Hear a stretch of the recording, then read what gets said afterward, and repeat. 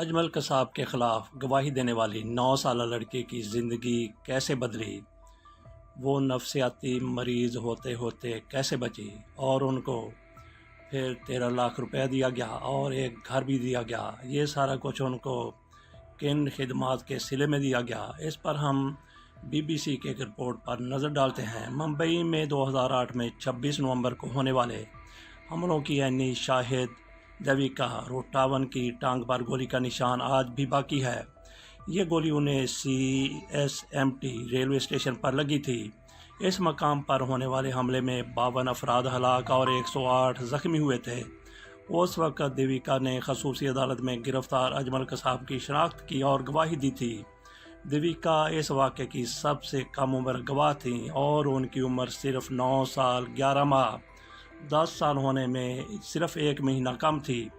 26 نومبر 2011 کو ممبئی میں ہونے والے دہشت گردانہ حملوں میں 174 افراد ہلاک ہوئے تھے۔ حملے کے وقت دیویکا، ان کے والد اور بھائی CSMT ریلوے اسٹیشن پر موجود تھے۔ کرتے ہوئے دیویکا کا کہنا ہے کہ مجھے وہ واقعہ آج بھی یاد ہے، میں وہ دن کبھی نہیں بھولوں گی۔ میں آج بھی اس سے پریشان ہوں، میرے سامنے اتنے لوگ مارے گئے، میں CST ریلوے اسٹیشن پر تھی۔ دیویکا کہتی ہیں کہ میرے والد اور بھائی میرے ساتھ تھے اور ہم پونے جا رہے تھے، پھر اچانک ایک بم دھماکہ ہوا، اس کے بعد فائرنگ شروع ہو گئی۔ جس شخص کو میں نے دیکھا وہ اندھا دھند فائرنگ کر رہا تھا، وہ مجھے چہرہ ہمیشہ یاد رہے گا، کبھی کسی صورت بھول نہیں سکتی۔ اجمل قصاب کے خلاف گواہی دینے پر نوجوان دیویکا کو زندگی کے تمام شعبوں سے سراہا گیا۔ دیویکا کو اب تک کئی ایوارڈ مل چکے ہیں، تاہم اس واقعے نے ان کی زندگی بدل دی تھی۔ اب دیویکا 25 سال کی ہیں اور آرٹس میں گریجویشن مکمل کر لیا ہے۔ وہ اپنے والد اور بھائی کے ساتھ باندرا میں کرائے کے مکان پر سردس یعنی آج کل رہتی ہے۔ اجمل قصاب کے خلاف عدالت میں گواہی دینے کے بعد دیویکا کی زندگی آسان نہیں رہی۔ آئیے ان کے پچھلے 15 سالوں میں زندگی پر ایک نظر ڈالتے ہیں۔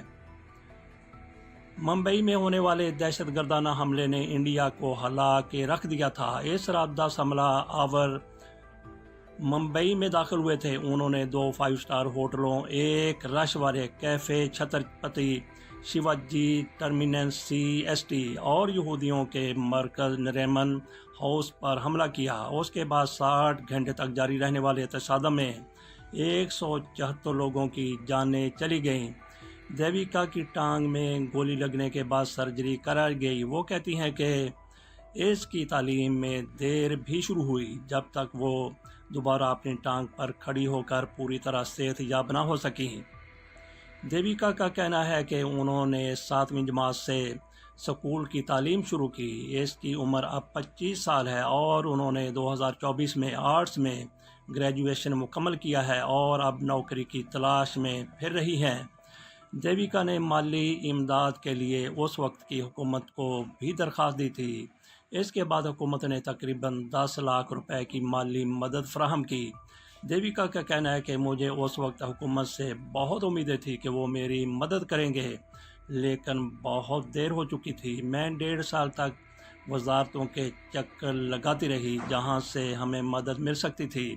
ہم مالی طور پر بہت غیر مستحکم تھے کہ حملے کے بعد تقریباً 15 سالوں میں دیویکا کو کئی اچھے اور برے تجربات سے گزرنا پڑا۔ قصاب کے خلاف گواہی دینے سے لے کر اب تک کے سفر نے بہت کچھ سکھایا ہے۔ انہوں نے بہت سے چیلنجز کا سامنا بھی کیا ہے۔ اس بارے میں بات کرتے ہوئے دیویکا کہتی ہیں کہ بہت سے لوگ مجھے چھیڑتے تھے کہ قصاب جا رہی ہے، میرا نام قصاب رکھ دیا گیا تھا۔ بچے تو بچے ہوتے ہیں لیکن بڑے بھی اس طرح کی بات کرتے تھے۔ میں اس طرح کے لوگوں سے 1-2 بار لڑ بھی چکی ہوں۔ میں سمجھتی ہوں کہ زندگی میں چاہے کتنے ہی اتار چڑھاؤ کیوں نہ آ جائیں، ہمیں صرف لڑنا ہی پڑتا ہے۔ آپ کو اپنے حقوق کے لیے لڑنا پڑتا ہے، آپ کو آگے آنا اور بولنا پڑتا ہے۔ وہ یہ بھی کہتی ہیں کہ اس دوران وہ اکثر مایوسی کا شکار رہی ہیں۔ انہوں نے کہا کہ میں نے لوگوں کے بہت سے چہرے دیکھے ہیں، میں نے دیکھا ہے کہ کیمرے کے سامنے کیا کہا گیا اور اس کے بعد کیا کہا گیا۔ کچھ لوگوں نے تعاون کا یقین ہر کوئی ایسا نہیں ہوتا۔ میں اتنا کہوں گی کہ آپ کو کسی کی باتوں پر فوراً یقین نہیں کرنا چاہیے۔ انہوں نے کہا کہ شروع میں مجھے کہا گیا تھا کہ آپ کو ایک گھر دیا جائے گا، آپ کی تعلیم میں مدد کی جائے گی، آپ کو کسی چیز کی ضرورت ہو تو ہم آپ کے پاس ہوں گے، لیکن ضرورت پڑنے پر کوئی نہیں تھا۔ دیپکا کو اب ممبئی کی اندھیری علاقے میں گھر مل گیا ہے۔ وہ فی الحال اپنے خاندان کے ساتھ باندرا میں کرائے کے اسی گھر میں رہ رہی ہیں، اسی بلڈنگ میں رہتی ہیں اور جلد ہی اپنے نئے گھر میں منتقل ہونے والی ہیں۔ انہوں نے یہ بھی کہا کہ اب مجھے اندھیری میں گھر مل گیا ہے جو کہ 300 مربع فٹ ہے، لیکن اس کے لیے بھی مجھے عدالت جانا پڑا۔ 2020 میں دیویکا نے ممبئی ہائی کورٹ میں ایک درخواست دائر کی تھی جس میں مطالبہ کیا گیا تھا کہ انہیں معاشی طور پر کمزور طبقے والے کوٹے کے تحت گھر دیا جائے۔ ممبئی حملوں کے کیس میں گواہی دینے کے بعد بہت لوگوں نے ان سے مدد کا وعدہ کیا، تاہم حقیقت میں مدد مانگنے کے بعد بھی کوئی آگے نہیں آیا۔ دیویکا کہتی ہیں کہ آخر کار انہیں عدالت سے مدد لینا پڑی تھی کیونکہ ان کی مالی حالت ٹھیک نہیں تھی اور ان کے پاس مناسب گھر بھی نہیں تھا۔ اس لیے دیویکا نے 2020 میں حکومت سے مکان حاصل کرنے کے لیے عدالت میں درخواست دائر کی۔ اس کے بعد آخر کار دیویکا کو گھر مل گیا۔ دیویکا کہتی ہے کہ مکان کی جدوجہد کافی دنوں تک جاری رہی۔ 2010-11 میں ضلع کلکٹر کے دفتر سے کچھ لوگ ہمارے گھر آئے، انہوں نے ہمیں بتایا کہ مکان آپ کے نام پر الاٹ کیا گیا ہے۔ ان کے پاس کچھ کاغذات بھی تھے۔ انہوں نے ایک درخواست پر ہمارے نام اور دیگر معلومات لکھیں۔ میرے والد اور میں نے اس پر دستخط کیے۔ ہم نے ان سے دستاویزات مانگی لیکن انہوں نے نہیں دیں۔ ہم نے اس کے بارے میں پوچھ گچھ جاری رکھی۔ جب ان کے دیے گئے نمبروں میں سے ایک پر کال کی تو ہمیں معلوم ہوا کہ یہ غلط نمبر ہے۔ اس کے بعد دیویکا نے بتایا کہ وکلا کی مدد سے انہوں نے 2020 میں عدالت میں درخواست دائر کی۔ وہ بتاتی ہیں کہ صرف وکلا اور ججوں کی وجہ سے ہی وہ گھر حاصل کرنے میں کامیاب ہوئی ہیں۔ عدالت کے حکم سے پہلے ہی حکومت سے مکان مل گیا تھا، تاہم یہ دیکھا گیا کہ ان کو ملنے والے گھر والی زمین کے ساتھ کچھ مسائل تھے۔ اس کے بعد انہوں نے دوبارہ مدد مانگی اور اب دیویکا نے کہا ہے کہ انہیں آخر کار گھر مل گیا ہے۔ وہ بتاتی ہیں کہ اس وقت بہت سے وعدے کیے گئے لیکن اگلے دن سب بھول گئے، صرف بڑی باتیں ہی باتیں تھیں۔ ایسے سیاسی رہنما بھی تھے جن میں صلاحیت تھی، جو کچھ کر سکتے تھے، نہ صرف میرے لیے بلکہ ان لوگوں کے لیے بھی جو 26/11 میں موجود تھے، تاہم صرف زبانی جمع خرچ کیا گیا۔ دیویکا نے مزید کہا کہ کچھ لوگوں نے ٹی وی کے سامنے باتیں کہیں جبکہ کچھ نے غیر رسمی طور پر وعدے کیے۔ جب ان سے رابطہ کیا گیا تو کچھ لوگوں نے اس طرح کا رد عمل ظاہر کیا کہ دیویکا میں آپ کو تو جانتا نہیں ہوں۔ وہ کہتی ہیں کہ یہ ایک طویل عمل تھا۔ دیویکا کا کہنا ہے کہ انہیں ضلع کلکٹر آفس سے آنے والے لوگوں کے بارے میں زیادہ معلومات نہیں مل سکیں۔ میں یہ نہیں جان سکی کہ اہلکار کون تھے یا وہ کیا کر رہے تھے۔ مجھے نہیں معلوم کہ وہ حکومت سے آئے تھے یا کسی سیاسی جماعت سے، تاہم میں نے 2020 سے پہلے تقریباً 10 سال سیاسی رہنما اور دیگر لوگوں سے ملاقاتیں کی۔ میں صرف ایک سیاسی جماعت سے نہیں بلکہ تقریباً تمام جماعتوں کے لوگوں سے ملی ہوں۔ اس سلسلے میں ممبئی پولیس کمشنریٹ کی جانب سے بتایا گیا کہ دیویکا اور اس کے والد نٹور لال روٹاون نے عدالت میں اپنی گواہی میں بتایا کہ وہ راجستھان کے ضلع پالی میں تقریباً 3 سال یعنی 2009 سے پہلے رہ رہے تھے۔